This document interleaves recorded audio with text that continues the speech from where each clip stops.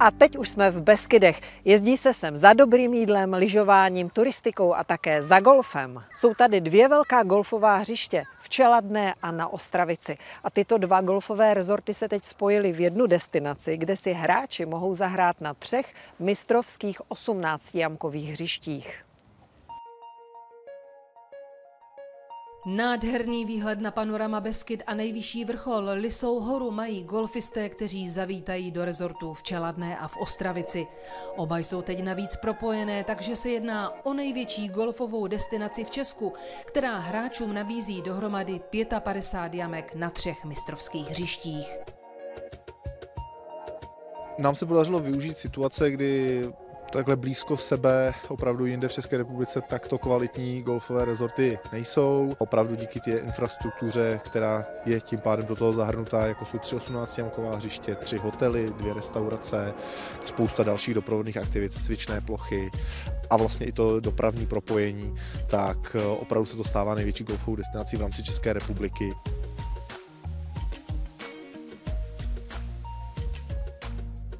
Fifty-Five Holes Golf Destination už přivítala první hráče, kteří měli jedinečnou možnost zasoutěžit si v odpalu proti trenérovi světové úrovně Gonzálu Sanchezovi. Ten se stává novým hlavním trenérem golfové akademie rezortu. I tried my best. For now, 40 players have come by, and only 3 have beat me. So I think I'm doing okay so far. The conditions on the golf course after that it's really amazing. Golf course is looking great. I'm not really used to this weather. Otevření 55jamkového rezortu mělo charitativní přesah. Hráči byli štědří. Všechny finance poputují do dětského domova v Čeladné. Děti, které v něm pobývají, se na green vypravili také a navíc si mohli prohlédnout vůz Formule 3 a popovídat si s pilotem Vladimírem Netušilem.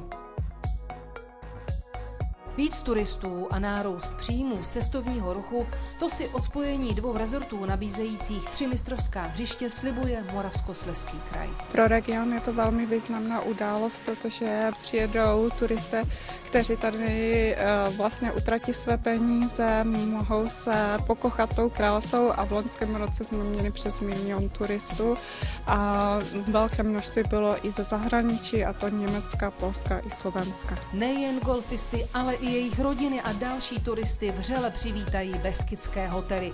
V nichž mohou prožít opravdu skvělou rodinnou dovolenou. Badminton, lezecká stěna, bowling, na Sepetné to žije a po sportu přichází vhod wellness a bazén s tobogánem.